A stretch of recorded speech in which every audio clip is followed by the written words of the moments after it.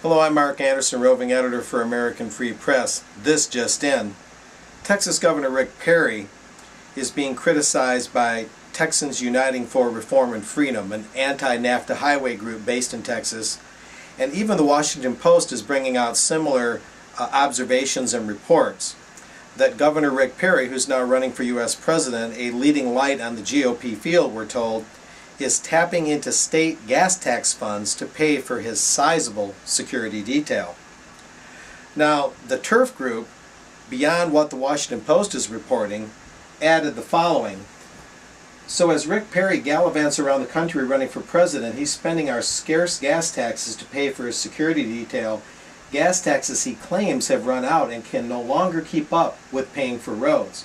Perry has used this argument to justify charging Texans new toll taxes to access their public roads, including selling Texas sovereign roads to foreign entities and slapping tolls on existing roads or freeways. Perry is conveniently starving Texans' gas taxes that are needed for roads by using them to fund his security detail on the presidential campaign trail instead of working in his office in Texas, where security costs aren't nearly as costly to taxpayers. More hypocrisy from a man who claims to be a fiscal conservative, quote, end quote. And all of this comes on the heels of some very lurid allegations that Rick Perry is the pink cowboy of Texas. And that's even more significant since he's running for president.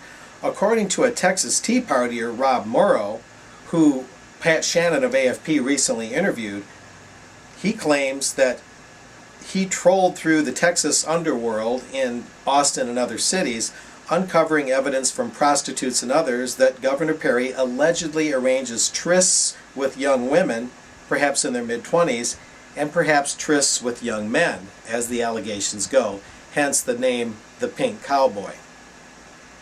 Now, the Washington Post has added some interesting observations of its own, believe it or not, and one of those, if you'll bear with me, is that Governor Perry, back in 2009, traveled to Israel, where he was given the Defender of Jerusalem Award. According to a local television report, he and his wife flew first class at more than $5,000 per ticket, paid for by an energy company financier. However, 4 security detail officers also went on the 5-day trip to Israel at a cost of more than $70,000 to taxpayers. The expenses included $17,000 for rooms at the King David Hotel, nearly $13,000 for food, and more than 350 hours in overtime pay. Now, the Post also mentions a Bahamas trip that Governor Perry, among the longest-serving governors in U.S. history, if not the longest-serving state governor, and in that 2005 Bahamas trip, the Post says he wanted to get a place where he could discuss policy away from all the stresses of daily life. Now, what the Post failed to mention is that another place where elites, both current and aspiring ones in the upper elite of the world, another place where they go to get away from the glaring lights of publicity and to think freely, are the Bilderberg meetings that happen every year. And Governor Perry, that the Post does not mention, is a Bilderberg attendee from 2007 in Turkey. So Governor Perry, now aspiring to be the lead GOP contender for president, and we're told by many outlets that he is taking a very Clinton-esque path here. And we're going to watch very closely at AFP where this leads.